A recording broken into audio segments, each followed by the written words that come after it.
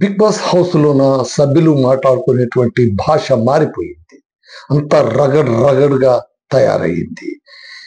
సడే నన్ మగనే, tea గాంచాలి, కచడ ఈ పదాలన్నీ కూడా ఇప్పుడు సభ్యులుగా తమను తాము ప్రకటించుకొని మర్యాద పౌడర్ పూసుకున్నటువంటి సభ్యుల నోటి వెంట వినాల్సి రావడం నిజంగా కూడా కన్నడ బిగ్ బాస్ ప్రేక్షకులు చేసుకుంటున్నటువంటి దురదృష్టంగా మనం చెప్పవచ్చు. ఇక్కడ తప్పెవరిది అని చెప్పలేం. కానీ వాడుతున్నటువంటి భాష కిచ్చా సుదీప్ గారు ఒక్క ఏకవచనంలో మాట్లాడడాన్నే చాలా తీవ్రంగా తప్పు పట్టేటువంటి స్థితిలో ఉన్నప్పుడు సభ్యులు సభ్యతను మరిచిపోయి ఇష్టారీతిగా బూతులు మాట్లాడేసుకోవడాన్ని ఎలా చూడాలి మనం? అంటే బిగ్ బాస్ హౌస్ అంటే గట్టిగా మాట్లాడుకోవడమేనా, తిట్టుకోవడమేనా? ఎవడు ఎంత ఎక్కువగా తిడితే వాడంత స్ట్రాంగ్గా అని వాళ్ళు ఏమైనా భ్రమలో ఉన్నారా? ఇవన్నీ కూడా ఇప్పుడు సగటు కన్నడ ప్రేక్షకుల్ని పీడిస్తున్నటువంటి సమస్యలుగా నాకైతే అనిపిస్తుంది. మనం బిగ్ బాస్ హౌస్ సీజన్ ఎందుకు చూస్తాం, అసలు బిగ్ బాస్ని ఎందుకు చూస్తాం? అదొక డిఫరెంట్ కాన్సెప్ట్, చాలా అద్భుతంగా ఉంటుంది. అక్కడ పర్సనాలిటీస్ పైనే ఒక చర్చ ఉంటుంది. ఎవరు ఎలా ఉంటారు, ఒక 100 రోజుల పాటు ఒకరిని ఎవరికీ తెలియనటువంటి ప్రదేశంలో పడిస్తే వాళ్ళ దగ్గర ఉన్నటువంటి మొబైల్ కనెక్టివిటీ అన్నీ లాగేసి ఉంటే చుట్టూ ఒక వందలాది కెమెరాలు చూస్తూ ఉంటే ఎలా ప్రవర్తిస్తారు, వారు ఎలా ఉంటారు, వాళ్ళ బిహేవియర్ పాలసీ ఎలా, ప్యాటర్న్ ఎలా ఉంటుంది? ఇది కదా testimonial of the Bigg Boss. కాకపోతే ఇప్పుడు జరుగుతున్నది ఏంటి? నాకు నిన్న చూసినప్పుడు కొద్దిగా బేజారు అనిపించిన మాట అయితే నిజమే. ఓకే, తప్పెవరు చేశారు? రజత్ను రెచ్చగొట్టిన అశ్విని తప్ప, రజత్ను రెచ్చగొట్టిన ధ్రువంతుడు తప్ప, ధ్రువంతును రెచ్చగొట్టిన రజత్ది తప్ప చెప్పలేము మనం. కానీ భాష మాత్రం చాలా దారుణంగా మారిపోయింది. ఇది వెంటనే అసలు నన్ను అడిగితే ఇంత మాట్లాడుతూ ఉంటే బహుశా భారత కథ కిచ్చిన చేతిలోన మళ్ళీ ఇదే పంచాయతీ వస్తుంది. మీరు చూడండి, సుదీప్ గారు పదే కేవలం కొన్ని అంశాలకే ఆయన పరిమితమైపోయే ప్రమాదం ఏర్పడింది.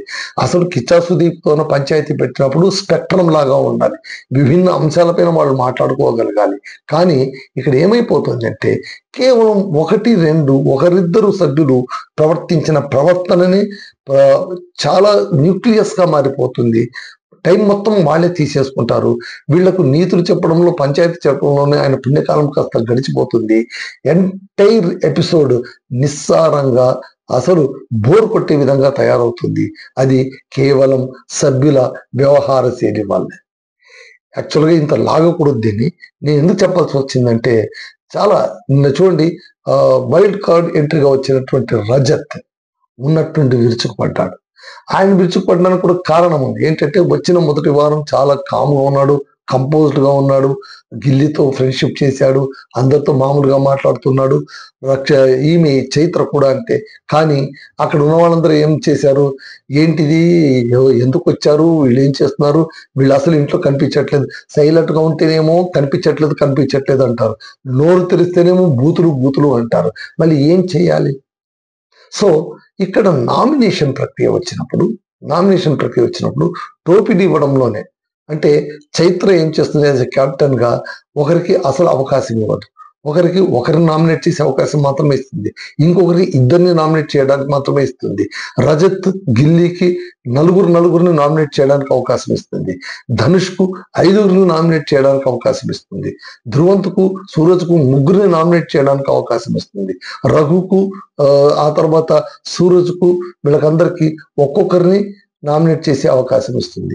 సో ఇలా తన ఇష్ట ప్రకారంగా కొన్నిటికేమో సరైన కారణాలు చెప్పగలిగిందేమో కానీ చాలా వాటికి కూడా నాతో డిస్కస్ చేశారు, నాకు ఆ కారణాలు సరిపించాయి, అందుకోసమే ఈ అవకాశం ఇచ్చాను అని స్కిప్ అయిపోయిన సందర్భాలు మనకు కనిపిస్తూ ఉంటాయి అన్నమాట.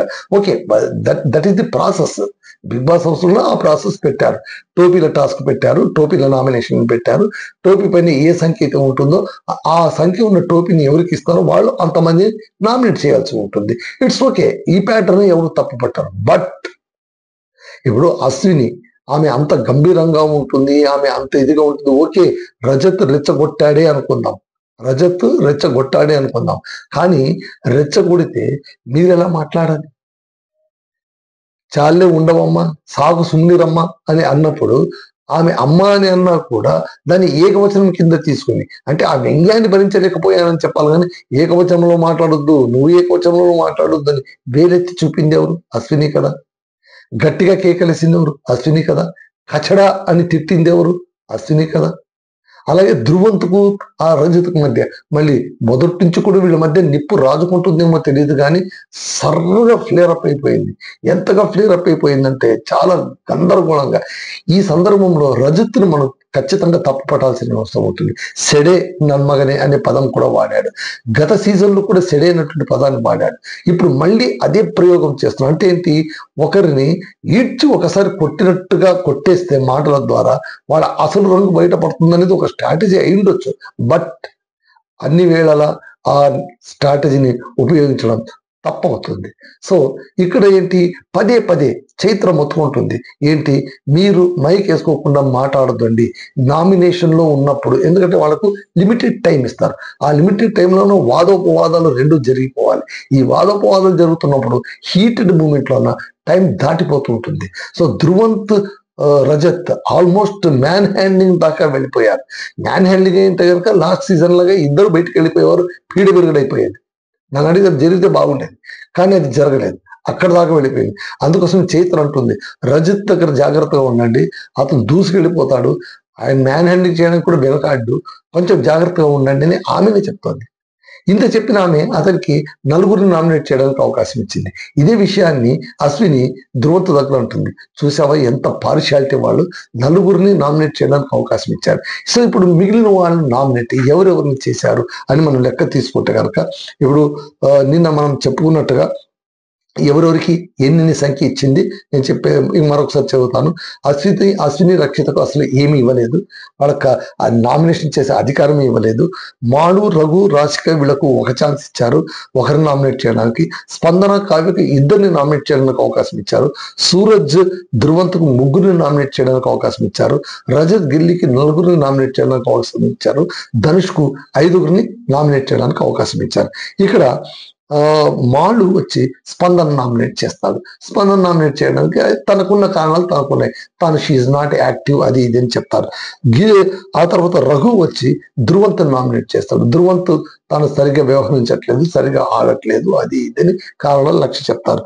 అలాగే రాశిక వచ్చి యథాప్రకారంగా అందరు ఎక్స్పెక్ట్ చేసినట్టే గిల్లినే నామినేట్ చేస్తుంది. అయితే ఇక్కడ కావ్య, ఇది చాలా ఆసక్తికరమైన విషయం. కావ్య ఏం చేస్తుంటే గిల్లి రజత్ని తీసుకుంటుంది. గిల్లి రజత్ అసలు కావ్య గిల్లిని తీసుకోవడంలోన ఈ సభ్యులు వేసినటువంటి ట్రాప్లు చిక్కుకుపోయిందని నాకైతే అనిపించింది. సభ్యులు ఎప్పుడు కూడా ఆమెను టీస్ చేస్తుంటారు, కావ్య గిల్లి వైపు, కావ్య గిల్లి వైపు, గిల్లి కావ్య, గిల్లి కావ్య, గిల్లి కావ్య అని అంటూ ఉండడం వల్ల మా మధ్య ఆ కంఫర్ట్ జోన్ లేదు అని పోర్ట్రే చేసుకోవడానికి గిల్లి పేరును నామినేట్ తీసుకునింది. కారణాల లక్ష్యం ఉండొచ్చు గిల్లిని నామినేట్ చేయడానికి, బట్ కావ్య గిల్లిని నామినేట్ చేయడం అనేటువంటిది నిజంగా కూడా కొంచెం ఆశ్చర్యానికి గురి చేసింది. అంటే ఏంటి, మన స్టాండ్ అంటూ మనకు లేదా? చాలా మంది చాలా రకాలుగా మాట్లాడొచ్చు, వాళ్ళు మాట్లాడే హక్కు వాళ్ళకు ఉంటుంది. వాళ్ళు మాట్లాడిన మాటకంతా కూడా మనం ఇన్ఫ్లుయెన్స్ అయిపోతున్నామా? మనల్ని మనం మార్చుకుంటూ పోతున్నామా? ఒకరి కోసం మనం మార్చుకోవడం మొదలు పెట్టడం అంటే మనం మన వ్యక్తిత్వం స్థాయి నుంచి ఒక మెట్టు కిందికి దిగినట్టు. ఒక్క మెట్టు దిగడం మొదలు పెడితే నిన్ను నేలపైన నిలబెట్టేదాకా దించుతూనే ఉంటారు ఎదుటి వాళ్ళు. ఇది జీవన సత్యం. దీన్ని ఎందుకు కావ్య గుర్తుంచుకోలేకపోయిందో నాకైతే ఆశ్చర్యం అనిపిస్తుంది. రజత్ను కూడా అది చెప్తుంది. రజత్ ఏమంటుంది, అసలు నువ్వు ఆడడమే నేను చూడలేదు అంటే రజత్ వైల్డ్ గా స్పందించేస్తాడు. గిల్లి అసలు ఏమి స్పందించారు? గిల్లి మీరు గమనించండి, ఈసారి మొత్తం ఈ నిన్నటి ఎపిసోడ్ మొత్తం చూసుకుంటే గిల్లి ఒక సైలెంట్ జోన్ లో ఉన్నట్టు ఉండిపోయాడు. అసలు రజత్, ధ్రువంతు, అశ్విని వీళ్ళు ముగ్గురు హోరాగా పోరాడిన తర్వాత, పరస్పరం బూతులు తిట్టుకున్న తర్వాత, కేకలేసుకున్న తర్వాత, మ్యాన్ హ్యాండ్లింగ్ స్టేజ్ దాకా వచ్చిన తర్వాత, హౌస్ మొత్తం కూడా ఫ్లేర్ అప్ అయిపోయిన తర్వాత మొట్టమొదటిసారిగా మీకు అనిపించలేదు గిల్లీ కామెడీ చాలా హెల్తీ కామెడీ అని? గిల్లీ చాలా మైల్డ్ గానే కామెడీ చేస్తూ వచ్చాడు, వైల్డ్ కాదు అని. ఎవరు లేనప్పుడు గిల్లీ కామెడీ కాస్త వైల్డ్ గా రబిష్ గా మనకు అనిపించచ్చేమో కానీ but he's not like that. He's not like that. ఇప్పుడు వీళ్ళని చూస్తూ ఉంటే ఒక రకంగా చూసే వాళ్ళకి భయం పుట్టేస్తుంది. ఓకే, కొంతమందికి అది కొంచెం ఎంటర్టైన్మెంట్ గా ఉండొచ్చు, అబ్బా భలే వేసుకున్నారో ఒకరినొకరు అని అనుకోవచ్చు కాక, but is it all right?